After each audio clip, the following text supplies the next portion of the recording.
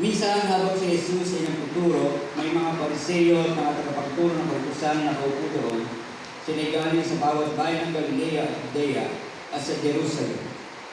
Taglay ni Jesus ang kapangyarihan ng Panginoon upang siya'y magpagaling ng mga may sakit. Dumating ilang lalaking may dalang isang paralitiko na nakaratay sa higaan.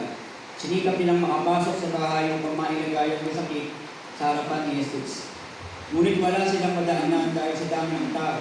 Kaya umakyat sila sa putungan. Binakbak ito at ibinaba sa harapan ni Jesus ang paralitikong nasa higaan. Nang makita ni Jesus ang kanilang pananampalataya, sinabi niya sa paralitiko, "Kaibigan, pinapatawad na ang iyong mga kasalanan." Tayo po'y manalangin. Dakilang Diyos sa mga Panginoon sa lahat sa umagang ito, patuloy kami lumalapit, madalangin sa iyo. Humihingi ng iyong pagsama, buksan mo ang aming mga puso, Lord God, natanggapin ang mga salita mo, Lord God, sa iyong ngayong umaga na ito. Patayaan mo, Lord God, na ikaw po yung makita ng bawat isa. Ikaw po yung mangungusap sa bawat isa. Ikaw po ang makita, ikaw po ang madakila, ikaw po ang pumilos sa aming kalagitnaan ng Panginoon. Palakasin mo kami ng mga salita mo ito, Panginoon, at makakayaan ngayong umaga, Panginoon. Maraming salamat po. Kaya ang panalangin na pinapabot sa iyo sa pangalan ng aming Panginoong Jesus. Amen. Amen. Hallelujah. Sa malakas sa palakpak po sa ating Diyos sa buhay. Praise God. Yung ating pong pag-aaralan ngayong umaga is about pray together, build together. Yun po yung ating title. At meron po tayo sa title na How Prayer Warriors Need Community, Accountability, and Restoration. So, yung ating pong binasa, doon meron po karugtong yung istorya. Actually, hanggang verse 26 po siya dapat. Pero binasa po natin ay hanggang verse 20 lamang po mula doon sa 17. Sapagkat ang pag-uusapan po natin ngayong umaga, bagamat meron pong miracle na ginawa dyan si Jesus, pero hindi po tayo doon magtutuon. Ano po? Pagtutuunan natin yung mga karakter bukod kay Jesus. Yung mga karakter na binanggit doon sa Bible, sila po yung pag-uusapan natin. Tatlong karakter yan. Actually, dalawa po yung bukod kay Jesus, may dalawang mga karakter din na makikita nyo. Pero yung pangatlo, mamaya po i-reveal. No po? Nandiyan po yung paralytic man at nandiyan po yung mga lalaking may dala doon sa paralitiko. Nandiyan mamaya meron po tayong isang karakter na pag-uusapan. At ang gusto po natin mangyari ngayong umaga, let us consider na yung mga karakter dito sa istoryang ito ay nandoon po tayo sa ganong palalagayan. Kailangan po natin i-admit minsan na kung ano po yung ating mababasa o mapag-aaralan mamaya ay dumadaan po tayo sa ganoong sitwasyon. Amen? Bilang isang mga prayer warrior, bilang isang mga prayer intercessor, ay may mga ganitong na sitwasyon po tayo. So pag-uusapan po natin iyon, hindi po ako mag-iiwan sa inyo ng mahabang introduction at mga maraming background. Dahil naniniwala naman po ako, itong kwento na po na ito ay maraming beses nating nabasa, maraming beses na po nating narinig. So pag-usapan po natin how prayer warriors need community, accountability, and restoration. Hindi natapay. Okay, number 1 po. Pag-usapan po natin yung paralytic man o yung lalaking paralitiko na dinala po doon sa harapan ni Jesus. Ang sabi po dito, ang paralytic man is unable to walk. He was carried by 4 friends, indicating complete or severe loss of mobility in his lower body, requiring external assistance to involve from one place to move in one place to another. Ito po yung isang paralitiko ng mga panahon na iyon. Hindi kayang maglakad, hindi kayang buhatin ang kanyang sarili at kailangan niya ng tulong ng ibang tao para lamang mula dito sa lugar na ito, siya po ay makarating sa ibang lugar. Yun po yung paralitiko sa istoryang ito. At tayo po bilang isang mga mananalangin, bilang mga prayer intercessors, bilang mga prayer warrior ng Panginoon, we must admit that sometimes we are just like the paralytic man.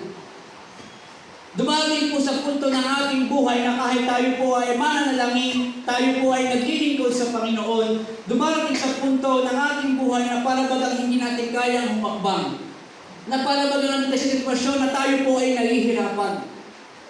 Kahit po tayo ay mga prayer warriors, kahit po tayo mga prayer intercessors, kailangan po natin maintindihan at lagi natin narinig na tayo mga lingkod ng Diyos ay hindi po exempted sa lahat ng challenges ng buhay. And actually, mas prone pa nga po tayo sa mga challenges ng buhay bilang mga prayer warriors ng Panginoon. Mas tayo yung tinatarget, mas tayo yung tinitira kasi dahil po sa mga mananalamin, kaya lumalakas yung mga lingkod ng Panginoon. So anong gagawin ng kaaway? Kailangang unahin na muna yung mga dahilan kung bakit lumalakas ang mga lingkod ng Diyos. At yun po yung mga prayer warriors. So hindi po tayo exempted. Na po, sa ating buhay, meron po tayong tinatawag na distraction, disruption, at saka destruction. Nung una, akala ko, pare-pares lang ng ibig sabihin niya, pare-pares lang ng level yan. Yung po palang distraction, D-I-S-T-R-A-C-T-I-O-N, ang distraction ko, ang ginagawa niya lang ay gusto nang kunin yung attention mo at alisin yung focus mo doon sa bagay na ginagawa mo talaga. Halimbawa na naman po, habang nangangaral tayo ngayon, tumunog yung cellphone mo, so na-distract ka na. Pansamantala na wala yung focus mo pero naibabalik pa.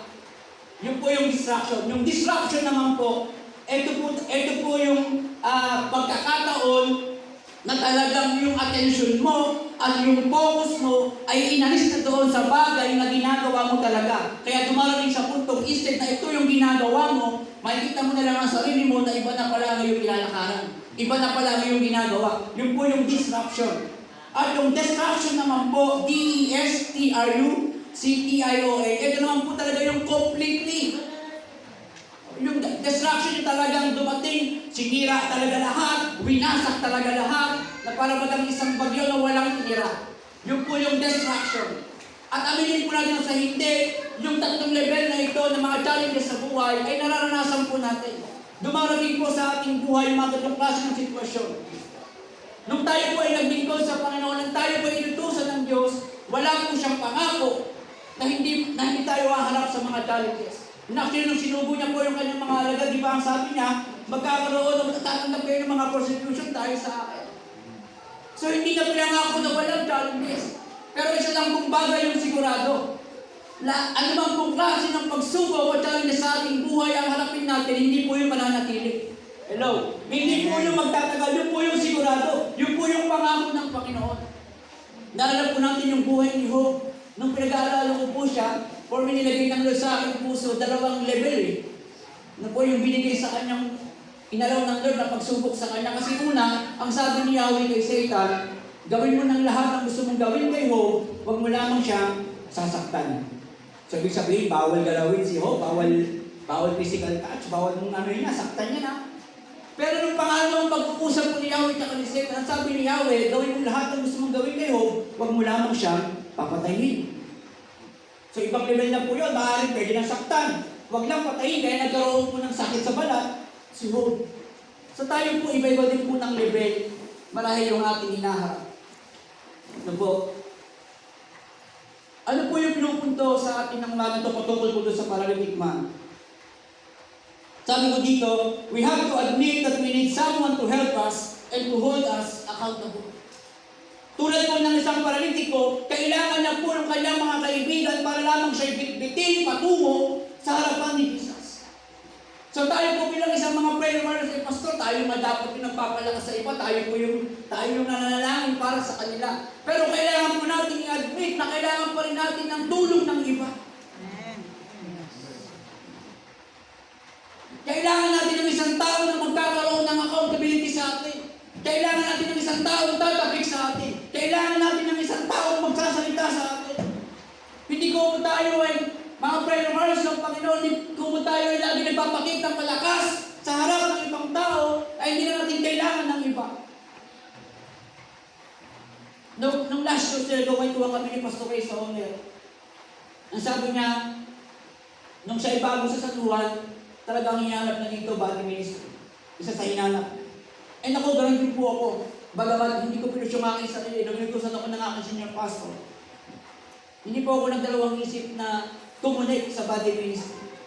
At sa bash din po, ay meron po talaga akong mga kinikilala na mga kuya pagdating sa pananampalataya na gusto kong magsasalita sa akin. Na makakwentuhan ko, na masasabihan ko ng mga bagay-bagay na nangyayari sa akin paglilingkod. Kasi malayo yung aking senior pastor. At hindi ganun madali kung sa video ko lang kayo mag-uusap, kung sa tawag lang kayo mag-uusap, iba yung meron kong nakakausap personal. So talagang lumalawig po ako sa mga tao gusto kong magkaroon ng responsibility sa akin. Kaya po nung bago-bago ako sa Fast Gem, sila po yung mga kapitbahay ko, Pastor Ramil, Pastor Ray, Pastor Martin, lalo na po ang Pastor Martin. Di ba po, yung kung kumilusyon, hindi naman ganun parang ako paglakad, yung ano, di ba, simple lang maglakad si Pastor Martin, malumangay magturo, pero kapag may nilalapit po ako doon, kapag may mga times na sinisita ako doon, kahit nasa chat, ay simple salita pero malaman, tinatanggap ko yun. At may mga times na pupunta ako kay Pastor Ray para lang magkwento at tinatanggap ko yung kanyang mga pangaral. May mga times na nagkukwento ako kay Pastor Ramil at tinatanggap ko yung kanyang mga sinasalita. Pinupulot ko po yun kasi nadadala ko sa paglilingkod. Kasi inaangin ko sa aking sarili, naabot ko sa aking sarili na dumating sa puntong parang isang paralyzed na nahihirapang gumalaw, nahihirapang kumilos. Hindi ko kaya mag-desisyon mag-isa, hindi ko sinasabi mahina yung aking faith. Naalala po natin si Peter, ang gusto lang naman niya subukan lumakad doon sa ibabaw ng tubig. Pero nung siya po ay lulubog, anong sabi niya? Lord, or Jesus, tulungan mo ako. Bagamat si Peter, si Jesus yung kanyang tinawag, pero sa ating paglilingkod, tayo may dumadalangin sa Diyos at habang iyay humihingi ng tulong sa Panginoon, allow somebody, allow someone na gagamitin ng Diyos para lamang tulungan ka. Para lamang huwag kang tuluyang malubog. Kasi pag wala ka nang pinapakinggan na po yung danger, kapag wala ka ng taong ilalaw na magsalita sa delikado na po. So kailangan pa natin ng boses ng iba. Wala pong masamang gayahin sinasabi ni Peter, tulungan niyo ako. Meron bang pwedeng tumulong sa akin dyan? So kailangan po natin ng isang tao na tutulong po sa atin. Not just in financial, not just in material, kundi tutulong sa atin sa isang mahalagang aspeto, yun po yung ating buhay espiritual. Wala pong masamang umamin sa Diyos yung ating pong toong kalalagayan. Minsan nga po, kapag may nagsasalita po sa atin, kapag may lumalapit po sa atin, kahit na hindi natin miyembro, yung kapatid natin sa pananampalataya sa Fast Gem, na lalapit sa iyo, humingi ng prayer, magkukwento sa iyo. Minsan, pag-aalis sa akin, naman, tatanong ako, Lord, dapat ba ako lapitan niya? Kasi ako rin naman ay dumadaras ng, kumbaga, dumarating po sa punto yung lalapit sa akin, ang ikukwento, ang i-open, same nung aking dinadanas. Naalala ko minsan, may pumunta sa akin sa church, hindi natin miyembro, na po nakilala ko lang, at nagkwento doon, at yung kanyang pagkukwento para bagang nagpaparamdam. Pero sabi ko lang, hindi magkukulang ang Panginoon. At minsan, kapag inalaw po natin na meron po magsalita sa atin, alam niyo po, isang malaking kalakasan po talaga para sa atin. Kailangan po natin minsan ibaba yung ating sarili. Kung ang mga pastors nga po dumating sa puntong binababa namin ng aming mga sarili. Para lamang kami na Lord, kailangan namin ng ibang tao. Para lamang lumakas ka. Walang masama kung kakatok ka. No po, pagdating kasi sa, siyempre, hahanap ka ng taong magkakaroon ng accountability sa iyo, yung alam mo naman talagang makakatulong sa iyo. Ano po? So, yun po yung turo ng mga kuya-kuya natin sa Fast Gem, yung napag-iisip na pagmimitingan na dapat yung mga church o yung mga pastor na bata-bata pa o yung mga walang national, walang senior pastor, maghanap talaga ng tao magkakaroon ng accountability sa kanila. At syempre yung lalapitan nila, yung talagang makakatulong. Kasi hindi naman lahat ng lalapitan mo, tutulungan ka eh. Ano po? Ipinapakita naman sa atin ng Diyos kung sino yung karapat dapat. O ipinapakita naman ng Diyos sa atin kung sino yung karapat dapat mong puntahan, kung sino yung karapat dapat mong lapitan. I believe yung puso po ng paralytic man that time, tuwang-tuwa marahil siguro siya nung nakita niya yung mga tao kailangan niya, siya po ay dala-dala. At pag-usapan po natin yung pangalawang characters, yun po yung the four friends. Bagamat dito po sa ating sa Luke chapter 5 ay sabi lang po doon yung mga ilang lalaki, pero doon po sa Mark chapter 2, doon po binigyan na ang bilang ay 4. So So, syempre, higaan yung dala, marahil kabilaan yun, 4 na sulok. Parang may buhat silang may buhat silang santo. The fourth verse, sabi ko dito, they were loyal friends who would not give up. They found a way to bring him to Jesus even when it was hard. So grabe po yung kanilang pananampalataya. Kasi pagdating nila doon sa bahay, hanggang labas, ang daming tao.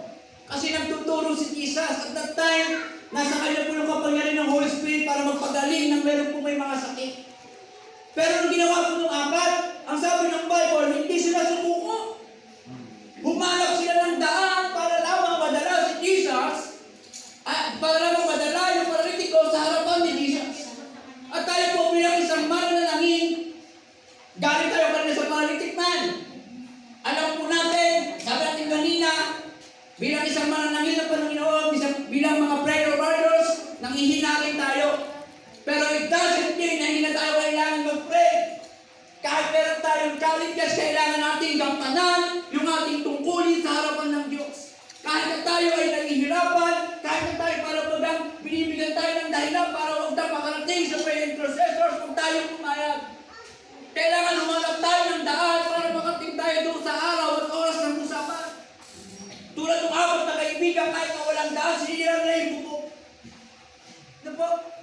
At marahil yung 4 na tao na ito ay hindi po madali yung kanilang ginawa. Kasi hindi naman sinabi ng Bible kung gaano kabigat yung paralytic man. Pwede kasi kahit na medyo baldado siya hindi makalakad, pwedeng may konti siyang bigat. At hindi madaling doon yung iakit nila sa taas at idadaan sa bukungan. Alam niyo po, bilang isang prayer warrior, bilang isang prayer intercessor, kailangan po talagang maramdaman natin yung burden. Huwag tayo pumayag na basalan tayo mananalangin na hindi natin nararamdaman yung bigat. Na kapag meron kang isang taong nilapit sa Diyos, kailangan ramdam mo yung bigat niya. Kapag meron isang taong lumapit sa iyo, pag-pray mo nga ako at yung naranasan ko, kapag siya nilapit mo sa Panginoon, kailangan ramdam mo yung bigat niya. Kung lumapit siya sa iyo, umiiyak. Kapag pinag-pray mo siya, dapat umiiyak ka. Kung lumapit siya sa iyo, siya nahihirapan. Kapag pinag-pray mo siya sa Lord, parang nahihirapan ka rin. So, ramdam mo yung burden. Huwag po tayo pumayag na basta-basta tayo magbabanggit ng panalangin na tayo nararamdamang bigat. Tulad ng 4 na tao na ito, grabe hindi sumuko.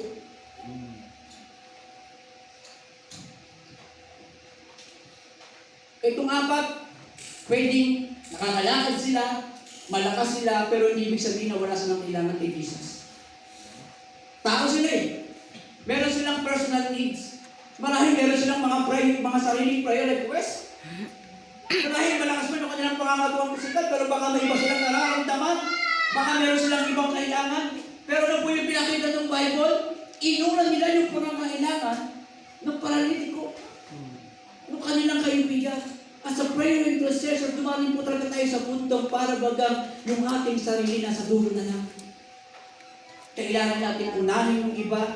Imagine, di ba pag nag-pray tayo? Wala sa prayer focus at ipag-pray natin yung ating mga sarili. Ilapit natin sa Diyos yung ating pangangailangan. Wala eh. Kapag tatayo ang prayer focus, natin tayo nakapokus sa ating bansa, sa bawat churches, sa bawat pamilya. At ano sabi ng prayer focus? Sa dulo, tsaka nyo na lang sabihin ng inyong mga prayer requests.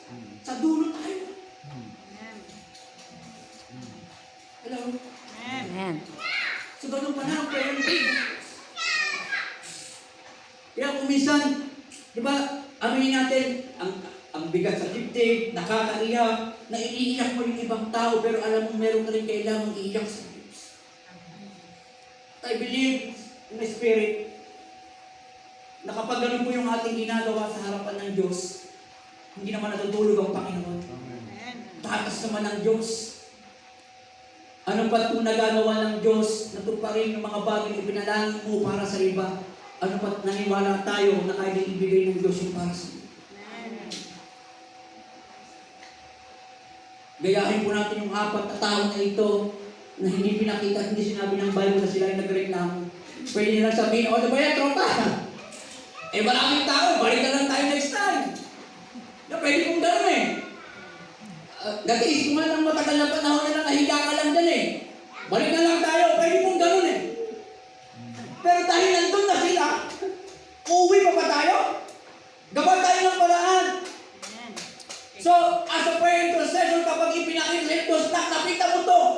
Ipanalangin mo itong tao na ito.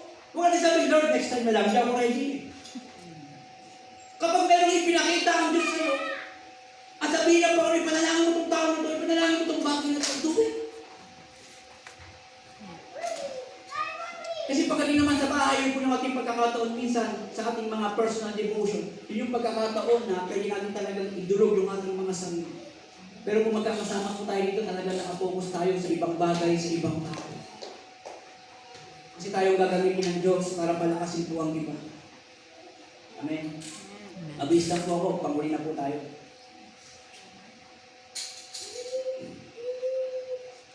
Dito po sa kwento, siyempre nandyan si Jesus, nagpagaling. Andyan yung paralitiko na pinagaling at pinatawad. At nandoon yung 4 na kaibigan na ginamit para yung paralitiko ay mailapit sa harapan ni Jesus. Saan nga po tinahan yung paralitiko? Sabi ng kwento, kung naituloy po natin yung pagbabasa, kung tandaan natin yung kwento, siya po ay dinaan sa bubungan. Sabi ng Bible, sinira nila yung bubungan. Tapos inilapag sa harapan ni Jesus yung paralitiko.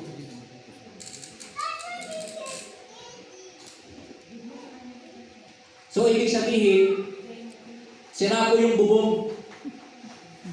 Tama po? Sira yung bubong. Para ang church namin, hindi bubungan sila, isa pa eh. Umalis po kami sa church ngayon, mayroon pong 2 balde doon sa Quezon. Sa buong ginahan, yung lalaki paralitiko. At dito po sa kwento, itong number 3, na character, huwag niyo po sana akong pag-isipan na ako po ay sinidagdag bawas sa Biblia. Nako. Nilagay ko po sa number 3 yung Darun Patcher o yung nag-repair ng bubong. Bagamat hindi po siya binigyang diin dito sa Biblia, pero naniniwala po tayo na after ng event, siguro hindi naman po pinabayaan sira yung bubungan. Ayon po sa mga Bible scholar, yun po ay nangyari sa bahay ni Peter doon sa Capernaum. So possible daw po yung bahay na yun ay pag-aari ni Peter. So si Peter, nung sinisira yung bubungan niya, wala siyang nagawa kundi manood. Kaya bubungan ko yan ah. Ano po? At ang sabi ng mga Bible scholar, possible na unang gumawa ng bubungan si Peter. Kasi kanya yung bahay. O yung may-ari ng bahay, yung unang gumawa ng bubungan.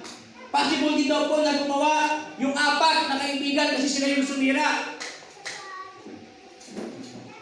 Pero sa ating pag-aaral ngayong umaga, hindi natin kailangan bigang diin kung sino pa talaga yung gumawa. Ang importante, merong gumawa. Merong nag-repair.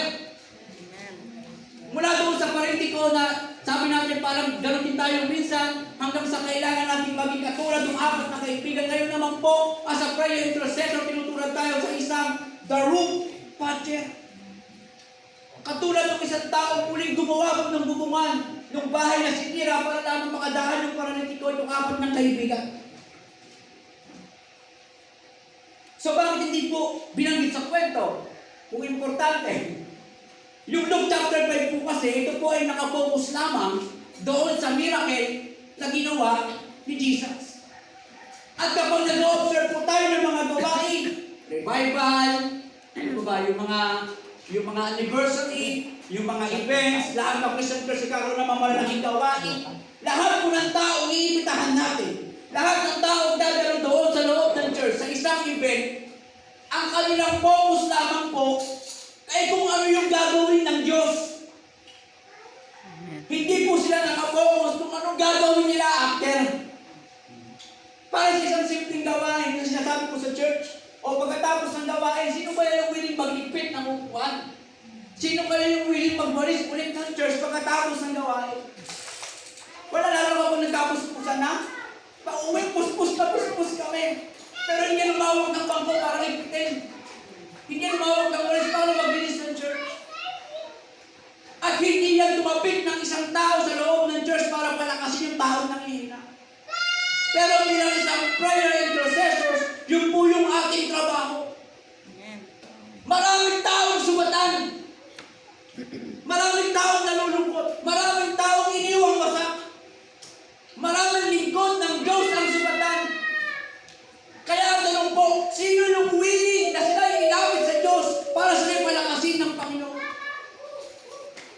Sino kaya yung willing mag-repair ng kanilang pusong nasusugatan? Sino kaya yung willing lumapit doon sa tao sa likod ng Diyos para sila ipanalangin?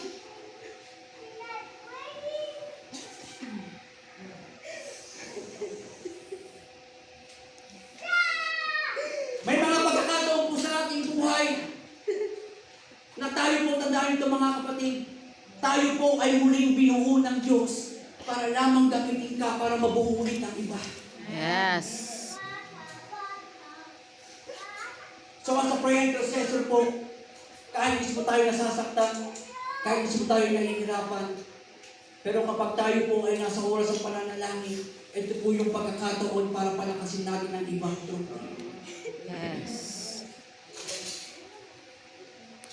Kaya ang tanong po, sino kaya po yung willing? Sino kayo naging willing para buuin yung bubong ng mga panahon? Sa mga manggagawa po natin, after ng Sunday service natin, marinig natin yung ating pastor na nagsasalita, pero after ng kanilang sermon, after ng kanilang preaching, pagbabasa po ito, may nabawas sa kanila. May nawala sa kanila. Kasi nag-impart. Kaya kailangan ng mga prayer intercessor na patuloy na nanalangin para sa mga pastor. Kailangan magpatuloy ng mga prayer intercessor para ipagalangin ng mga magagawa ng Panginoon.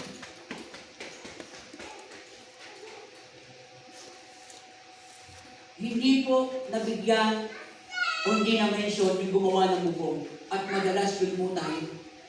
Hindi tayo nakikita ng marami. Hindi alam ng marami na habang nakatayo yung pastor, tayo yung nananalangin. Hindi alam ng marami na habang kumakanta sila dito, habang tumutugtog ang worship team, meron mga prayer intercessor na nananalangin. Yun po yung ating ministry. Sa likod lang tayo, backup tayo. Tayo yung mabackup ng panalangin. Na hindi natin kailangan mag-mention palagi. Na hindi natin kailangan mabanggit palagi. Na tayo prayer intercessor, tayo prayer warrior. Na ulit na kailangan pang ilagay yung ating pangalan sa mga bulletin board na ito yung prayer intercessors natin. Kasi ang trabaho talaga natin backup.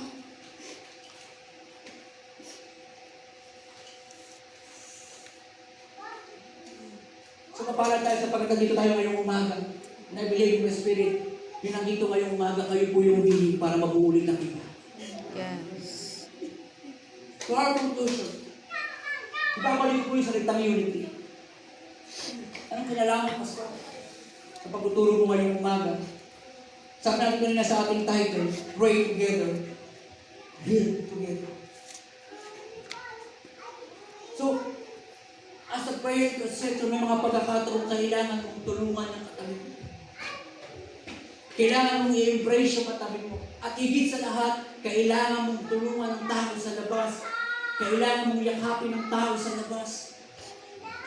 Kailangan natin silang ma-reach out sa pamamagitan ng pananalangin. Ilapit natin sila sa Diyos, hindi lamang sa pag-share ng gospel, kundi yung pananalangin para sa kanila. Alam niyo po, ang sarap sa pakiramdam kapag nakita mo yung buwan ng pananalangin. Amen. Last Sunday, yung isang pioneering member po natin sa church na children na nagsimula. Ngayon po ay nasa kabataan na siya. Lahat sila nag-pray sa Lord, hawak ko yung logbook. Madali lang naman kasi sa konti. Konti lang nababanggit ko. At alam niyo po, nung November pa pala gusto niya akong kausapin. Wala daw pong nag-uuno sa kanya, walang natutulak sa kanya. Sabi niya, Pastor, I want to become born again. Alam ko kung hindi po ito reliyon, pero ang gusto ko pong mangyari, gusto ko na po talagang makapag-commit ng buhay sa akin. Yun po yung ginatawag namin ni Mrs. na bunso, kasi wala kaming anak. Meron kami ginatawag na ate kasi pinakamatanda sa lahat ng kabataan, tapos meron kami ginatawag na bunso. So, nung lumabot na po siya sa akin, sabi niya, nagpaalam na po ako kay mama. Sabi niya, ako daw po ang bahala sa ating desisyon. Kasi nakaunawa na daw po. Sabi ko, ano yung gusto mong mangyari? Gusto ko pong tanggapin si Jesus sa aming buhay ng seryoso, ng totoo, na wala pong nagugutos sa nagtutulak. At gusto ko po ma-water baptize nang ako lang ang nagdesisyon. Kaya nung Sunday po, kahit doon sa Lawaye, binautismuhan mo namin. Sabi ko sa kanya, hindi lang ang puso ng iyong pastor ang nagalak, ang Ang sabi ng Bible, isang kaluluwa walang magbalik loob sa Panginoon ng buong kalangitan ay nagsasama. Yes. Tuwang-tuwa po ano kasi answer prayer. Amen.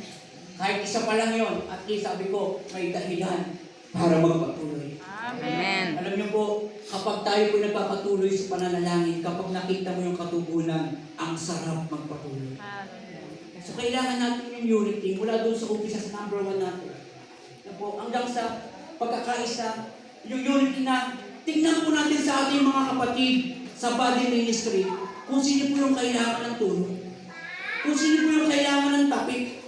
Kung sino po yung kailangan ng panalangin. Kasi naniniwala po kung kahit na hindi magsalita, yung kapatid natin sa pananampalataya, pero kapag bukas yung ating puso, kapag tayo po ay sensitibo sa tinig ng Panginoon, ipapakita sa atin ng Diyos at ipaparam sa atin ng Panginoon kung sino po yung dapat na tao na pita na tulungan. At kapag, nung Tuesday, sabi ni Pastor yung ating pag-aaral about mula doon sa pagkabaog hanggang sa panganganak, mula doon sa pagkabuog, papuntang breakthrough.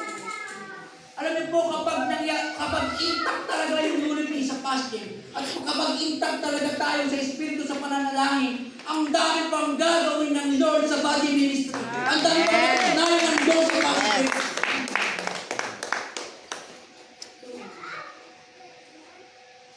Hindi ko alam kung ano, pero babalik ko na po ngayon. Kung titignan niyo yung paligid na meron tayo kasama ng ganyan ng kulit na kita. Para si Pastor Ramil po yata mag-prepare focus mamaya.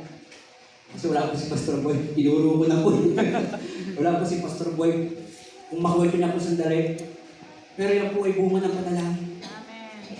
Kung huminto tayo sa pananalangin, kung iingit tayo sa pananalangin, paano na lang sila? Kung titigil tayo sa pananalangin.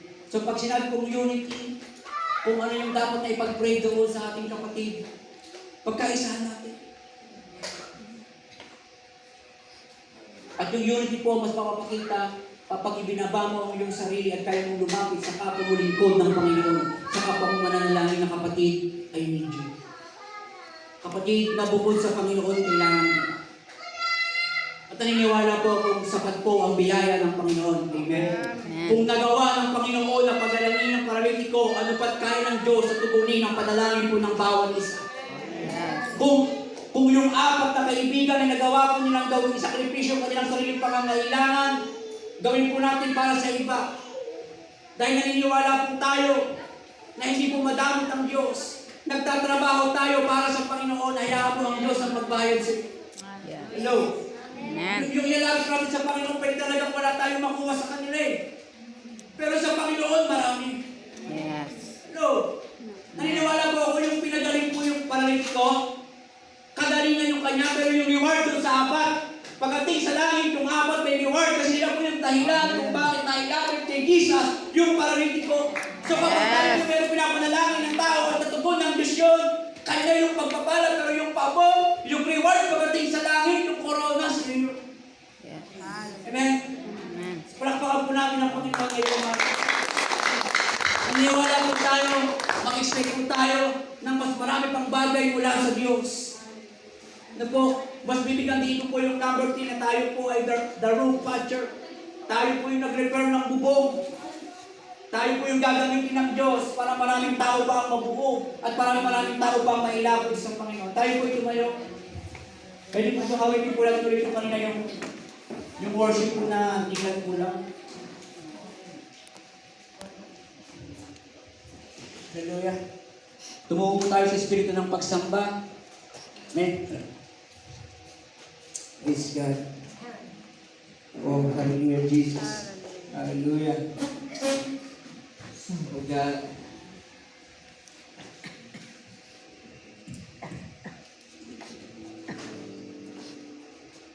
Tuloy ng dakila sa aming buhay, Panginoon. Yung pinakita mo sa isang paralitiko, Panginoon, Lord, ay isang patunay sa lahat ng bagay sa pagkasaan, sa aming pangangailangan, sa aming mga pagalingan, Panginoon, Lord. Ikaw po yung aming kalakasan. Kahit di ka dapat, Panginoon, Lord, minahal mo kami. Kahit natagpuan mo ang aming buhay, layo-layo namin sa iyo. Pero ikaw po yung gumawa ng lahat. Ikaw po yung nagpakita ng daan para makalapit kami sa iyo. Salamat sa mga taong ginamit mo, Amang Diyos. Kung bakit kami nakapaglilingkod kayo. Kung bakit kami kabilang sa mga prayer intercessor ngayon, Panginoon, kasi meron kang taong ginamit. Meron kang mga taong ginamit para makalapit kami sa iyo. Meron kang mga taong ginamit para matuto kami, Panginoon. At salamat sa mga taong na iyon, Panginoon. Oh, hallelujah.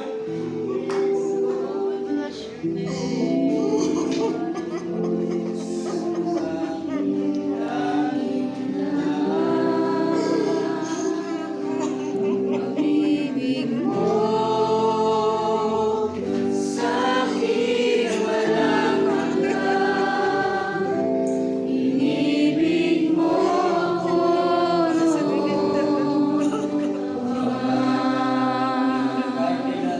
kahit kailan. Di ka nagkulang. Biyaya mo sa akin labing lang. Ang pag-ibig mo sa'kin walang hanggan. Inibig mo ako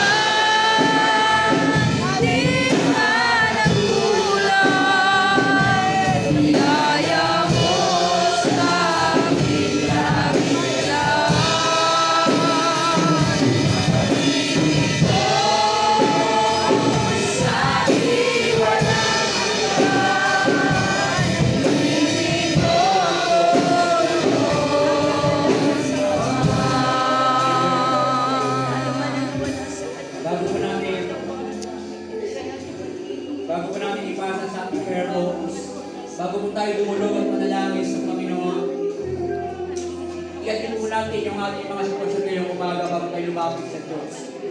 Pagkaman madalas po pong ginagawa, pero pwede ba approach someone? Lumapit ka sa kapatid natin sa pananampalataya, ako mo na nalangin, magbitaw ka ng maisip panalangin, maging kalakasan. Kasi hindi na nagkasalita,